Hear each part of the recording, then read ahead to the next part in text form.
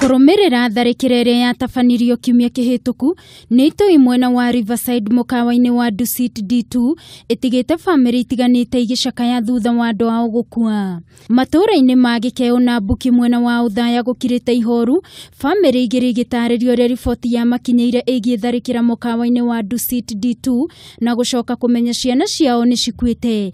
Nake Virginia Nyawira kuma itura ria Mbuki agatariria ciigi gikuo kia umwe wao. Aranjira ihe mamu ndithigwe kuri kaundu ndamuria kariku anjira Kevin kalwaru na ni kalwaru muno nyumba ira rahurirwo ri Kevin karariki karari hau uguo ndamura erikijira ako Kevin ndariho erikira anjira ihe aroka akihoreria thimu na arakira.